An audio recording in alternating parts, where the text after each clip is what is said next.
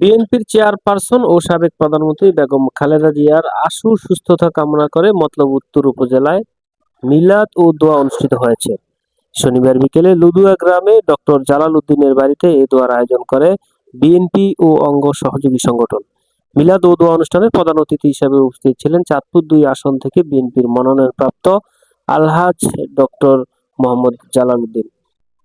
সময় উপজেলা বিএনপির সাংগঠনিক সম্পাদক তোফায়েল পাটারীর উপস্থাপনায় আরো বক্তব্য রাখেন কেন্দ্রীয় স্বেচ্ছাসেবক দলের সহসভাপতি আজহারুল হক মুকুল, কেন্দ্রীয় যুব দলের সাবেক যুগ্ম সাধারণ সম্পাদক জিয়াউদ্দিন জিয়া।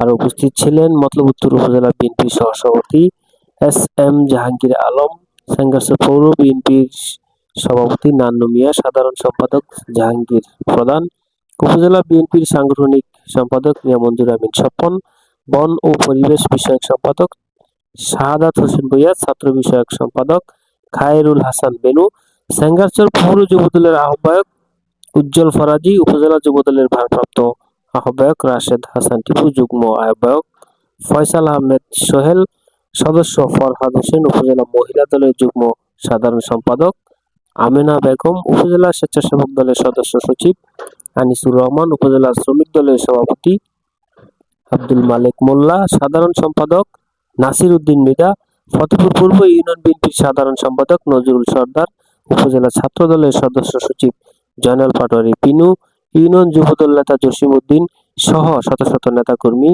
মিলাদ ও দোয়ায় অংশগ্রহণ করেন। আলহাজ ডক্টর মোহাম্মদ জালাল উদ্দিন বলেন, 18 কোটি সাধারণ জনগণের আশার স্থল হলেন বেগম খালেদা জিয়া। তিনি সুস্থ থাকলে বাংলাদেশ সুস্থ থাকে, আর তিনি অসুস্থ থাকলে বাংলাদেশ কাঁদে। বেগম জিয়ার অসুস্থতায় সারা দেশে আজ থমকে আছে। দেশের এই সময়ে বেগম খালেদা জিয়ার সুস্থতা খুবই গুরুত্বপূর্ণ। তাই আমি বলবো, দলীয় সকল কার্যক্রম আপাতত স্থগিত রেখে বেগম খালেদা জিয়ার জন্য দোয়া করুন। মহান আল্লাহ তাআলা যাতে আমাদের নেত্রীকে সুস্থ করে জনগণের মাঝে ফিরিয়ে দেন। একমাত্র আল্লাহর কাছে চাইতে গেলে কোনো বাহক লাগে না, কোনো মাধ্যম লাগে না। তা আমাদের নেত্রী, দেশের নেত্রী, 18 কোটি মানুষের মুরব্বী উনি।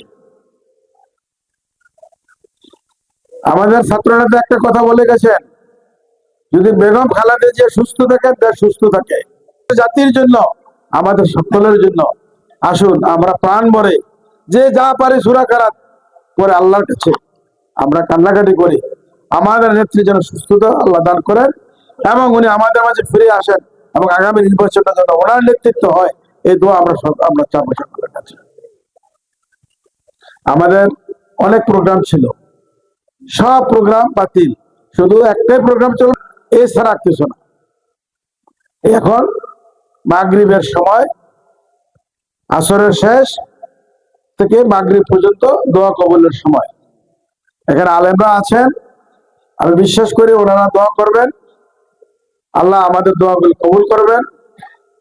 এবং আমি আমার নেতা কর্মী শুভাকাঙ্ক্ষীদেরকে একটা অনুরোধ করব, যারা তাহাজ্জুদ নামাজ পড়েন, আপনারা তাহাজ্জুদের সময় ম্যাডামের জন্য খাস করে দোয়া করবেন।